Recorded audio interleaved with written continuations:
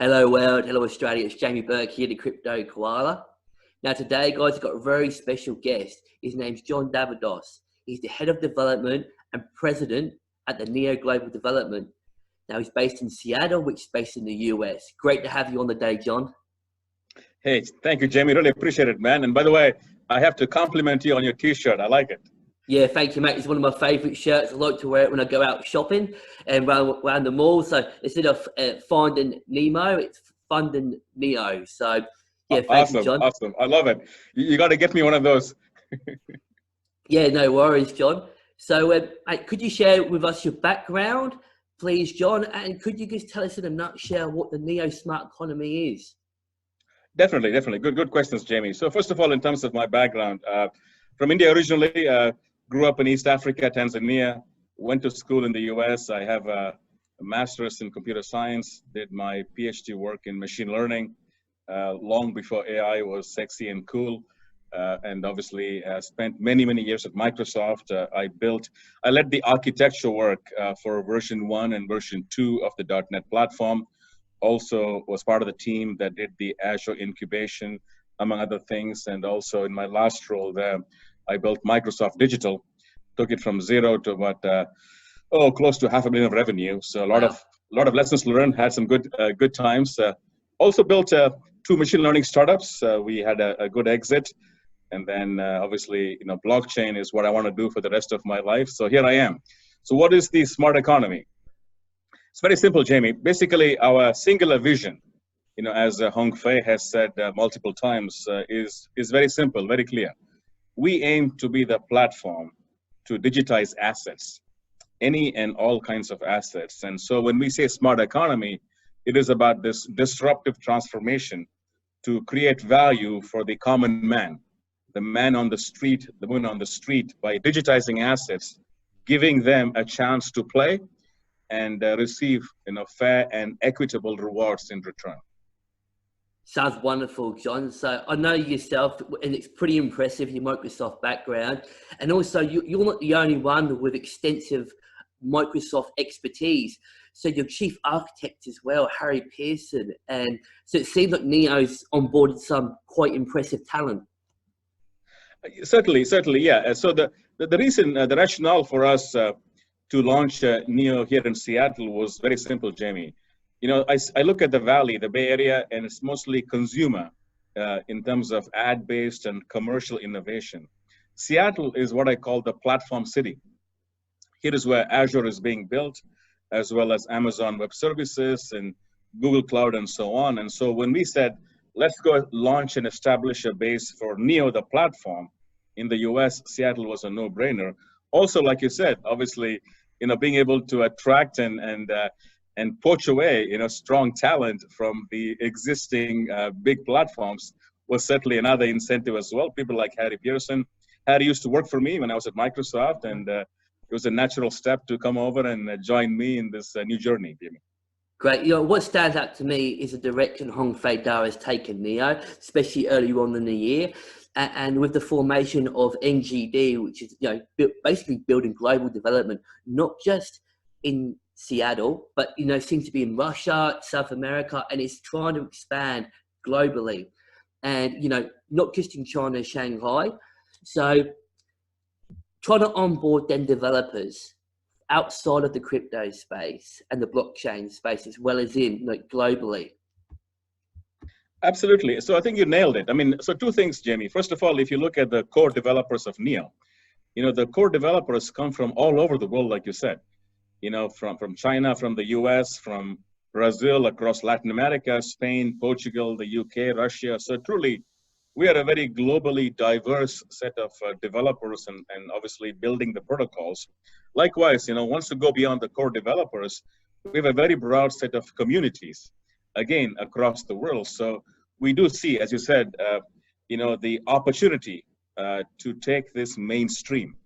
And as we prepare to launch Neo3 and beyond, our goal is very simple and very singular. We want to make the smart economy mainstream. And making it mainstream means clearly, one thing, which is as many developers as possible. We aim to be the most developer-friendly blockchain platform in the world, and we will get there. It's a matter of time now. Oh, for sure, John. So basically, what excites you about the Neo blockchain and the whole blockchain space? Oh, that's a wonderful question. We could speak for a very long time on this question, but I realize, you and your viewers have only so much time. So first of all, Neo itself, Jamie, the underlying architecture as devised by Hong Fei and Eric, in terms of the elegance of the architecture, as well as the ability to evolve and take it forward. So when I was doing my homework across the top 10, 20 blockchain platforms, Neo was very clearly a standout. Secondly, from the very beginning, Jamie, Neo's vision, as Eric and Hong Fei laid out, is a polyglot developer community. Meaning, we want to be able to go to where the developers are. Like other platforms, even like Ethereum, there is no elite language or elite frameworks and tools. We're not saying come to us. Rather, I'm saying, no, we will come to you. If you like Java, JavaScript, C#, Python, Go, it doesn't matter.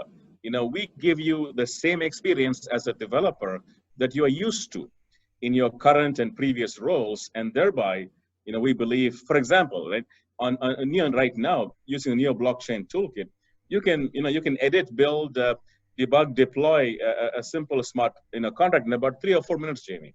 3 or 4 minutes. And this to me is what is the critical piece in saying, look, it's okay for us to be in our own little bubble, the crypto bubble, but for us to make the smart economy real, we want to reach and serve the 21 million developers across the world. I say what I actually love, and one of the real use cases of digital assets is what I've seen noticed with one of the apps on Neo is the ability to have a digital asset representative of a physical asset. So you've basically got a gold-backed NEP5 tokens. So NEP5 tokens that are backed by gold, basically. And I find that stands out to me as really impressive. Oh, absolutely. No, you're right. You're spot on. You nailed it, right? In terms of being able to digitize assets and obviously have them backed by a basket of, again, of assets, which could be, gold, could be commodities, could be oil, could be, fiat currencies. I mean, the whole lot, right? And I certainly believe this is the bridge that will take us from where we are to tomorrow. It'll be a seamless and a very natural progression. And for us, the Neo blockchain toolkit, our tools, and the Neo3 platform and stack are how we believe we can incent and motivate developers and obviously end users to get there as well. Yeah, definitely, John. So Neo's just had its 3rd year anniversary since its mainnet launch. So from your perspective, John, how old in terms of growth and development? So you've come from that background. You can see it with fresh eyes. You can see it from the outside in because you've got that sort of outside of the crypto blockchain space. And you've come into, from your analysis, what could you see? How much growth has Neo got left to do? Oh, I mean, tremendous amount. I mean, Jamie, we are still a very small startup, my friend. We are still a very, very early stage startup. And I say it because obviously in terms of evangelizing the ideas, the principles, both the technical as well as the economic principles, for sure. We have come a very long way in the last 3 years. However, as I look at the ecosystem, both in terms of the old world as well as the new world, for me, we are still a very small, very scrappy, early stage startup, and we have so much more to do, and obviously places to go over the next, 2, 3, 4, 5 years. So it's going to be the way I say it is, some people, it's almost like in the theater, the trailer is playing, but the movie is so far away. We are still only watching the trailer, and the movie is, way off in the horizon, and who knows, there'll be lots of twists and turns, but it'll be a fun movie to watch as we get there eventually. It's great that you recognize that potential and you see that there is we are very early stages and there's a lot more potential, there's a lot of room for it to grow. So is it fair to say, to its core that new DApp development on the Neo platform is the key to growth? Absolutely. Absolutely. It's about developers. The more we can make life easier, the more seamless, the more friction-free, and the more natural and fun it is for developers to build the apps, the more we get in terms of momentum. right? Equally, there is also another angle here, Jamie. So developers, and I've been a developer for almost 24 years. I have built, platforms for developers for much of my career. As a professional developer, for me, what I know and I love is building platforms. There are two things that developers want. One is obviously tools to build the best possible experiences. But the second thing they want is distribution. How can we help them to get the app into as many eyeballs, obviously, as possible? And to that effort, we're also investing in, for example, things like the Neo EcoBoost Fund. So being able to incent and provide, obviously, benefits to developers and early stage startups to get them access and visibility and certainly much more scalable distribution. So development and distribution. So as long as we can get those two in place, I believe that we are very well positioned to establish Neo as the platform for the smart economy. That's great to hear, John. So you've got plans in place and you've got the tools there to onboard new developers, but have you got like a long-term strategy to retain existing developers on Neo? Oh, absolutely. Absolutely. Again, it goes back to, like I said, two things, developer tools and distribution.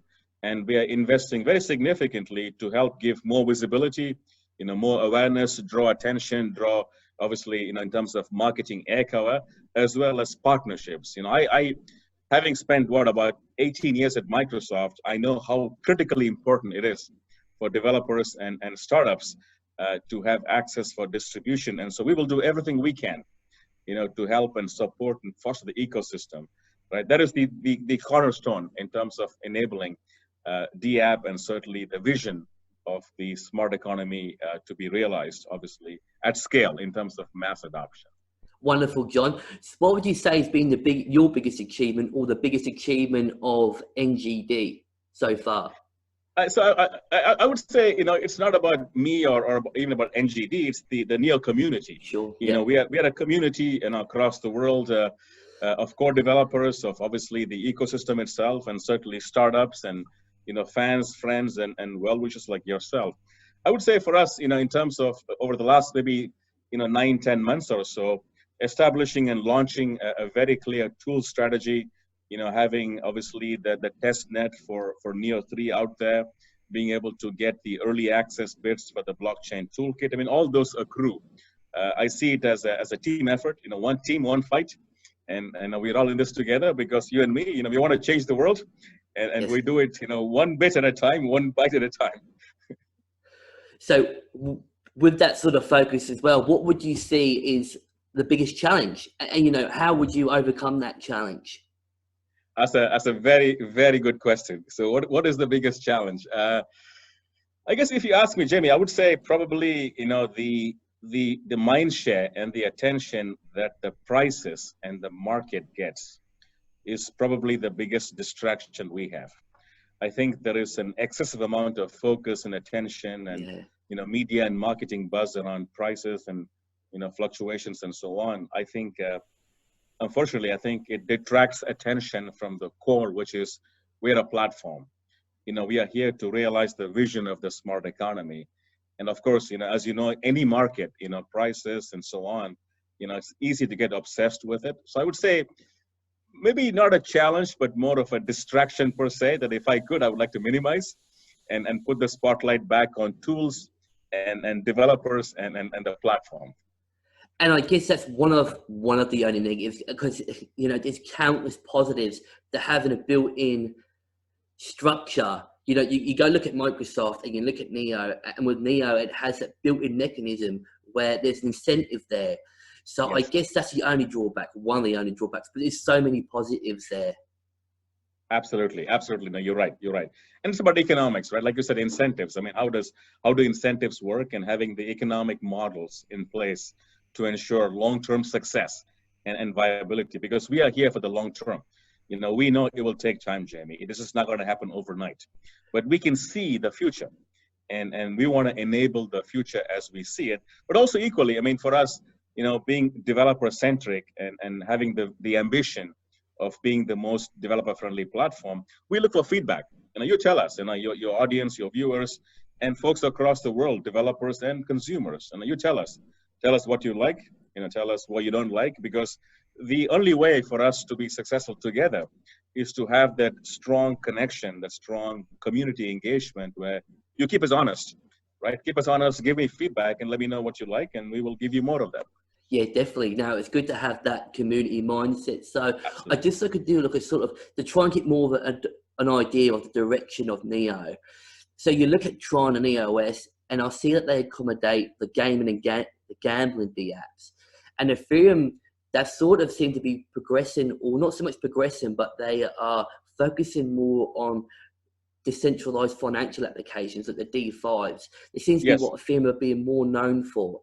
So where do you see is Neo's primary focus, or is it more diverse? Do you find that they are, trying to tap into all different avenues?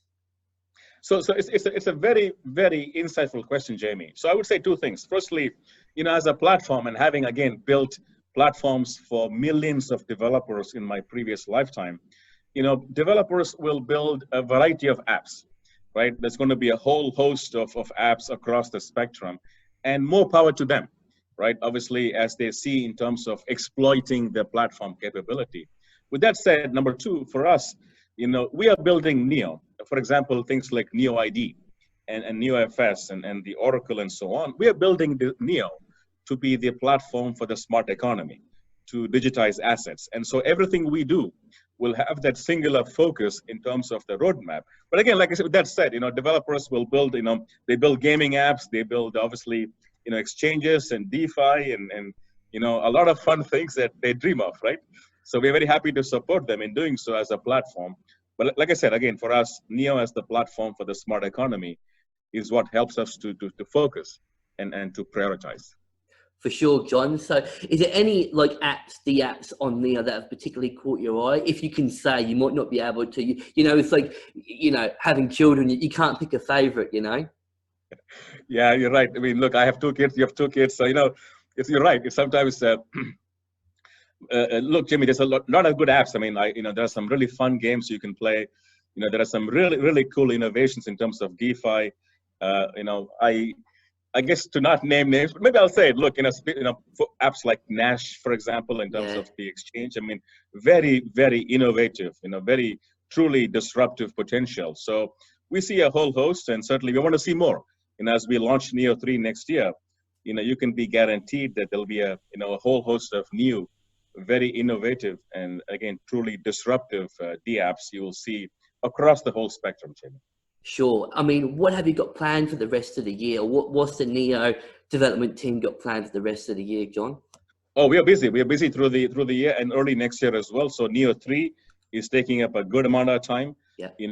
Being able to launch the entire suite of capabilities across identity, storage, file system, the Oracle support. We're also refactoring the VM architecture to have a standalone Neo VM. And of course, here in Seattle, we are very, very focused, almost obsessed with the tools and being able to get the toolkit launched. To give you one example, debugging smart contracts has been a nightmare, Jamie, across the industry, across the ecosystem. So we have done some very cool work, with the folks we have here in Seattle to be able to effortlessly debug smart contracts. You'll see it coming live very shortly, the next couple of weeks. So we have a very full plate and we're going to be busy, but here's the key though. This is a mission. We believe in this future that we want to enable to build together. And so we see it less as, a list of things, but more as a mission to be able to play our role in this transformation for humanity at large. And that makes it a tremendous amount of fun. Oh, sure it does, John. And I mean, do you actually have like a sort of a closing statement or something that for the development community? Oh, thank you. Appreciate it. So one thing I would say, I mean, look, as a platform, we aim to be the most developer-friendly platform in the world. We are making big steps to get there. We will come to you as developers. We will come to you to help you to build the apps in the way that you build today's mainstream apps. We will make life as simple as friction-free, and of course, as fun as we can to help you in this journey. With that said, give me feedback. Give us feedback on GitHub. Give us feedback in terms of our website. Send me email as well. It's John deVadoss at ngd.neo.org. Always love to hear. Tell me what you like. Tell me what you don't like, and what you would like us to focus on. And I'm very happy to engage with you. I'll put the links down below, guys, for John's email address.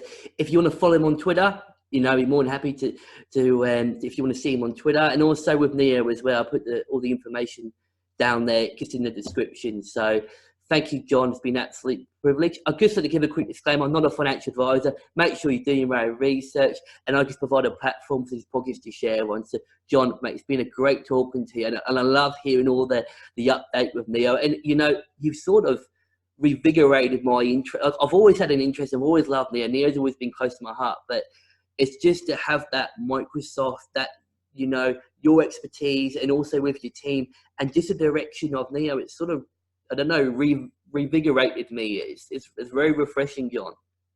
Thank you, Jamie. Really appreciate it. Thank you. Thank you for your kind words. And together we get there. It's a journey, and I believe we are all in this together. So thank you again for your time, and really been fun talking with you today. Thank you. Yeah, thank you, mate. Bye.